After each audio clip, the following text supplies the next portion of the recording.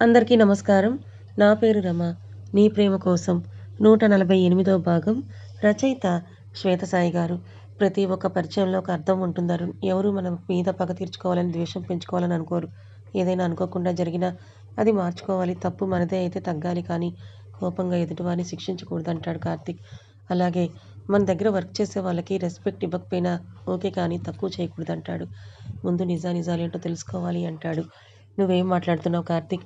నాకు అర్థం కాలేదని అను అంటే నాకు అర్థమైందిలే అంటాడు అరుణ్.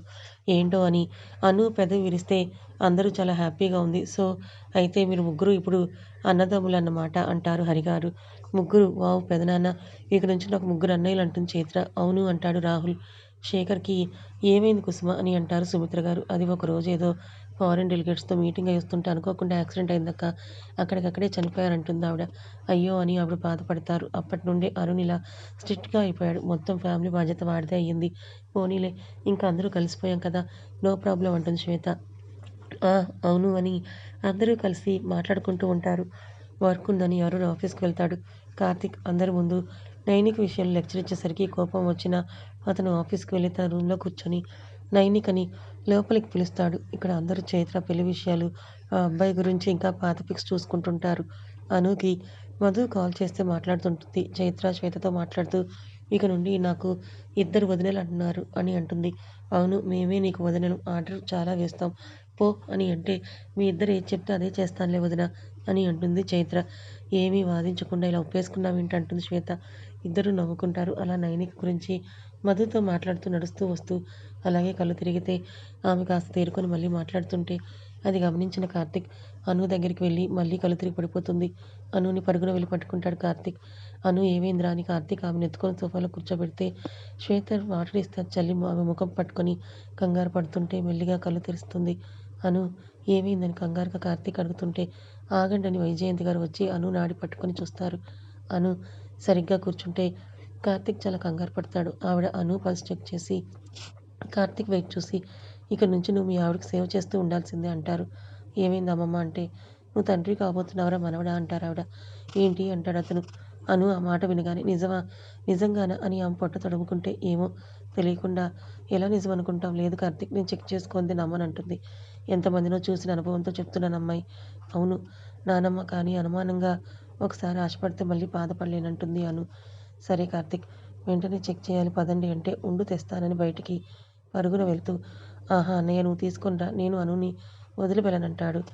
రాహుల్ వెంటనే వెళ్ళి కిట్ తెస్తే అను చాలా భయంగా టెస్ట్ చేయడానికి భయంతో వెళ్తే ఒక 2 మినిట్స్కి బయటకు వచ్చిన ఆమె గట్టిగా కార్తీక్ చేయి పట్టుకుంటే చెక్ చేస్తే ఒకవేళ అందులో వచ్చింది నిజం కాకపోతే అని అంటూ శ్వేత డల్గా ఫేస్ పెట్టి అను వైపు చూస్తే అప్పటిదాకా కళ్ళల్లో దాచిన నీళ్లు బయటకు వచ్చేస్తాయి. 2 లైన్స్ వచ్చాయి అను అని పెద్దగా అరుస్తుంది శ్వేత. అంతే, అను ఏడుపు కాస్త నవ్వుగా మారి ఇంకా ఎక్కువగా కన్నీరు వస్తాయి. క్షణం కూడా ఆగకుండా కార్తీక్ని హక్ చేసుకుంటుంది. అతను కూడా అనుని హక్ చేసుకుని తల మీద ముద్దిస్తాడు. అసలు అను సంతోషానికి అవధులు లేవు. ఆమె అసలు మాట్లాడలేకపోతుంది. కార్తీక్ బదిలితే నిజమేనా అంటానికి ఒక్కో పదం కూడా పెట్టుకుంటుంది.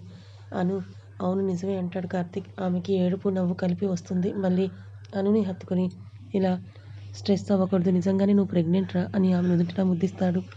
శ్వేత అనుని హక్ చేసుకొని అను సూపర్ అని అంటుంది.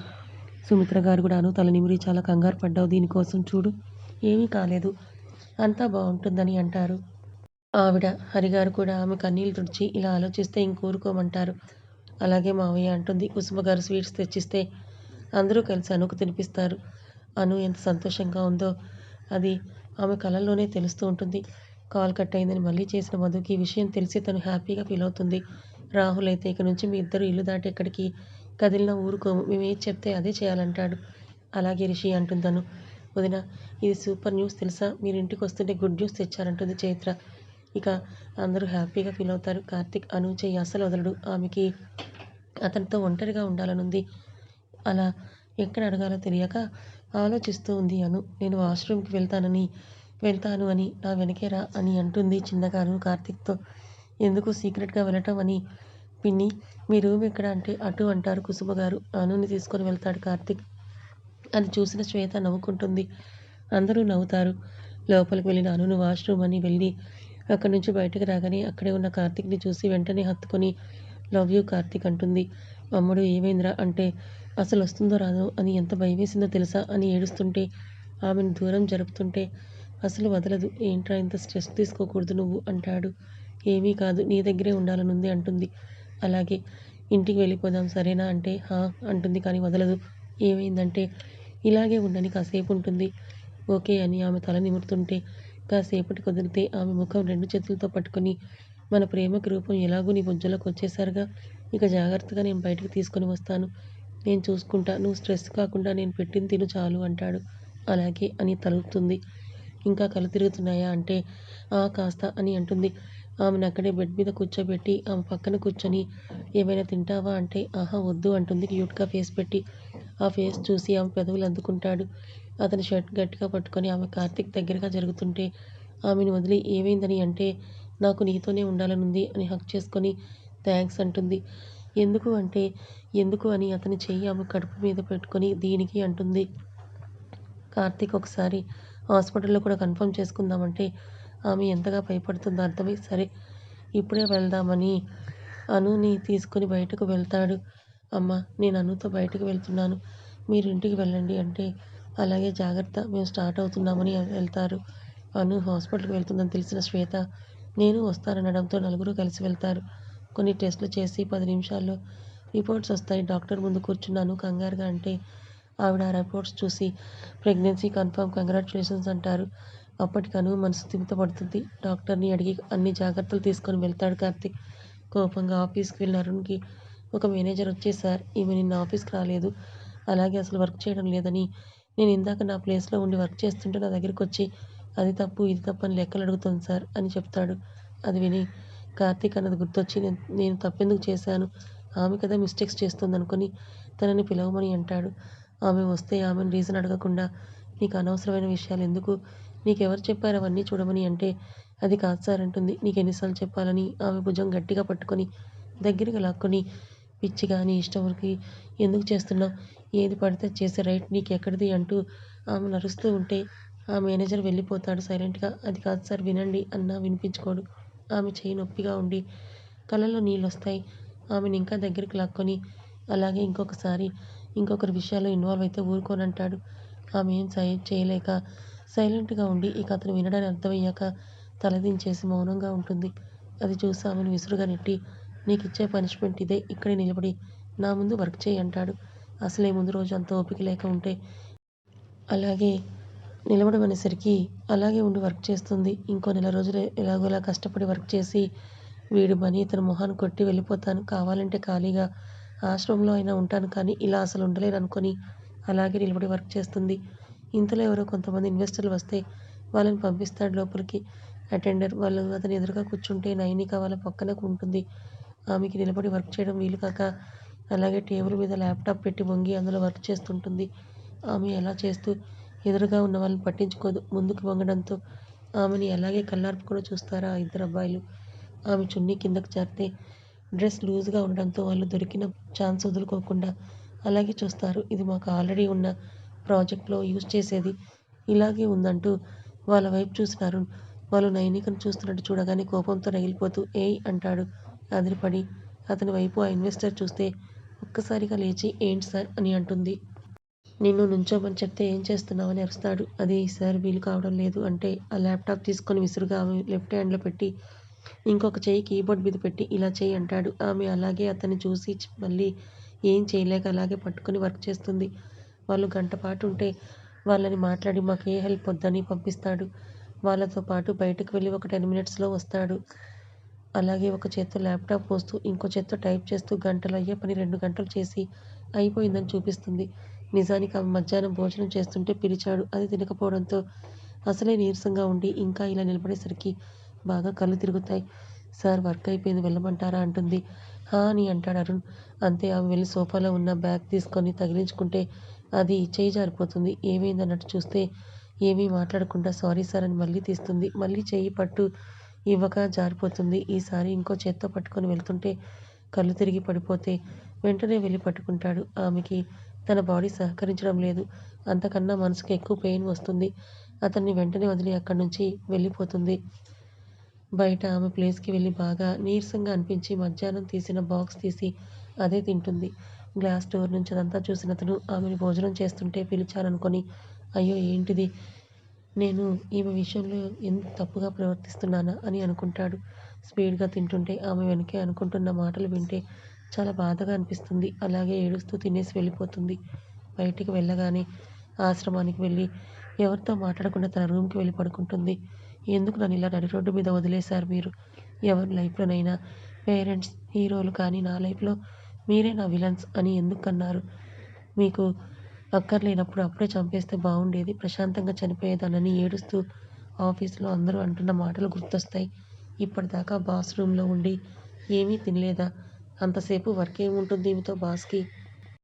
ఇన్వెస్టర్స్ వస్తే ఎవరైనా ఉంచుతారా అసలు? సార్ అలాంటిది ఈమెని ఉండనిచ్చారంటే ఏదో ఉంది వీళ్ళకి అని అనుకుంటారు. ఆమెకి ఈ ముద్ద వెళ్తుంటే దానికన్నా ఎక్కువగా అవన్నీ మనసులోకి దూరుతాయి కష్టంగా తింటూ. ఎందుకు దేవుడా నా బ్రతికింత దారుణం చేశావనుకుంటూ ఇంకా తినలేక బయలుదేరిన విషయం గుర్తొస్తుంది. అయిపోయింది. ఇంకా తన లైఫ్ మొత్తం నాశనం. అసలే ఎంక్వైరీలో ఆశ్రమం దాకా వచ్చి పెళ్ళికి అనాథ అని వంక చెప్తున్నారు. ఇంకా ఆఫీస్‌కొస్తే ఇక్కడెవరు నా గురించి మంచిగానే చెప్పరు.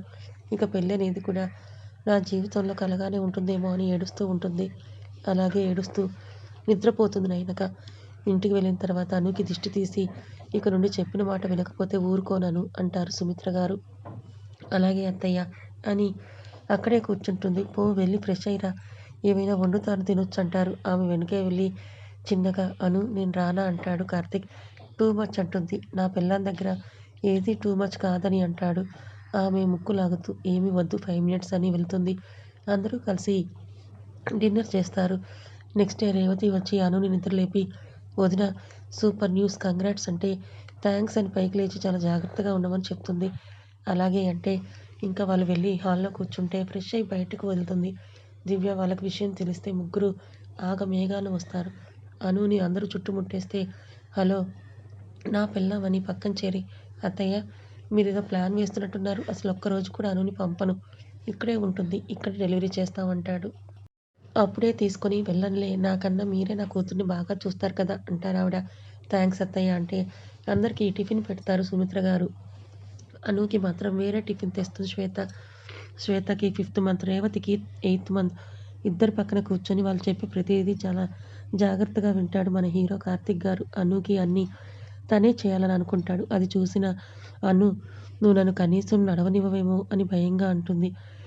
నిద్ర లేచిన నైనిక బాగా ఫీవర్‌గా ఉంటే అయినా పట్టించుకోకుండా అలాగే లేచి రెడీ అయ్యి ఆఫీస్‌కి వెళ్తుంది. నైనిక స్టాఫ్‌గా కావాలని అరుణ్‌కి మెయిల్ పెడతాడు కార్తీక్. ఇవ్వనని ఖరాఖండిగా చెప్తాడు అరుణ్.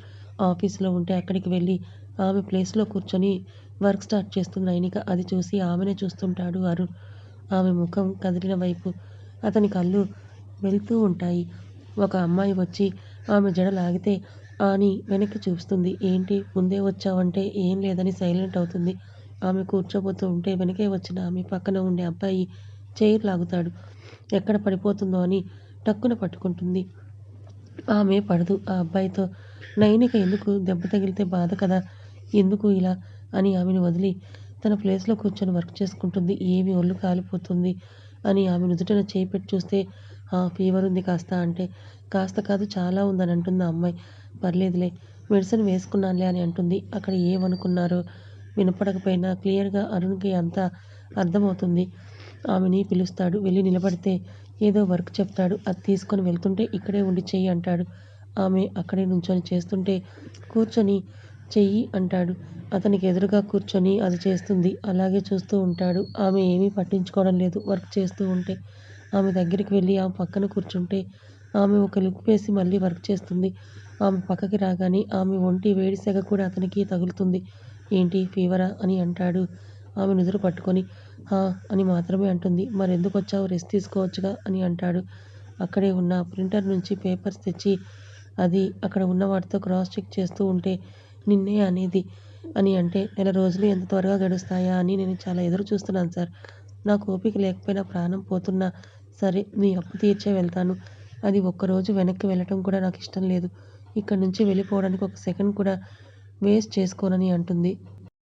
వర్క్ చేస్తూనే ఆమె కళ్ళల్లో నీళ్లు రాలేదు కానీ బాధ చాలా ఉంది. ఇంత ఫీవర్ పెట్టుకొని ఏంటిది అంటే, ప్లీజ్ సార్ వర్క్ చేస్తాను నాకేమీ కాదు అంటుంది. ఎందుకిలా అని ఆమెని అరుస్తూ ఉంటే, మీకు ఎంత వర్క్ అయినా ఇచ్చే రైట్ ఉంది కానీ నేను బాగున్నప్పుడే వర్క్ చేయాలని చెప్పే రూల్ లేదు కదా సార్ అని అంటుంది.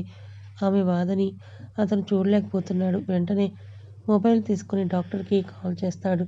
లోపలికి రాగానే టెస్ట్ చేస్తాడు.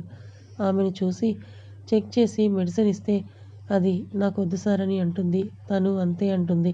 మీరు చూడండి అంటే, బ్లడ్ టెస్ట్ చేయాలి, ప్రెజెంట్ ఇంజెక్షన్ చేయాలంటే ఓకే అని చేస్తారు. ఆ డాక్టర్ ఆయన వెళ్ళిపోతుంటే డాక్టర్ గారు ఫీజు ఎంత అని అడుగుతుంది. అతను అరుణ్ వైపు చూస్తే వెళ్ళిపోమంటాడు. వద్దు ఎంతో చెప్పండి ఇస్తాను. మీరు ట్రీట్మెంట్ చేసింది నాకు నన్ను చూసి చెప్పండి అంటే, అది 2000 బ్లడ్ టెస్ట్‌తో సహా కలిపి అని అంటాడు. ఆమె బ్యాగ్‌లో నుంచి మనీ తీసి వాటిలో ఒక 100 తగ్గితే బ్యాగ్‌లో అంతా వెతికి చేంజ్ అంతా తీసి మొత్తం మనీ తీసి ఇచ్చేస్తుంది. అతను కోపంగా చూస్తాడు. ఆ డాక్టర్ వెళ్ళిపోతాడు. అరుణ్ నైనిక దగ్గరికి వెళ్ళి, ఎందుకిలా చేస్తున్నావు? నేను ఇస్తాను కదా అని అంటే, మళ్ళీ నేనే ఇవ్వాలి కదా సార్! ఇవన్నీ వద్దు. నా కోసం ఎవరు ఏమీ చేయొద్దు ప్లీజ్ సార్! వేడుకుంటున్నాను అర్థం చేసుకోండి. నాకేం కాదు. అలాగే మీ మనీ కూడా ఇచ్చేస్తాను అని అక్కడి నుంచి వెళ్ళిపోతుంది. బయట ఉన్న వాళ్ళంతా, ఏంటి నీకోసం సార్ డాక్టర్‌ని కూడా పిలిచారా? ఎందుకు ఏమైందని? అలాగే నీ మీద సార్‌కి భలే ఇంట్రెస్ట్ కదా అని అంటుంటే, బయటకి ఆమె వెనకే వచ్చిన అరుణ్ ఇవన్నీ వింటాడు. కథ ఇంకా ఉంది. ఈ కథ మీకెలా అనిపించింది? నచ్చిందా? నచ్చితే లైక్ చేయండి. మరి కొంతమందికి షేర్ చేయండి. Thank you so much.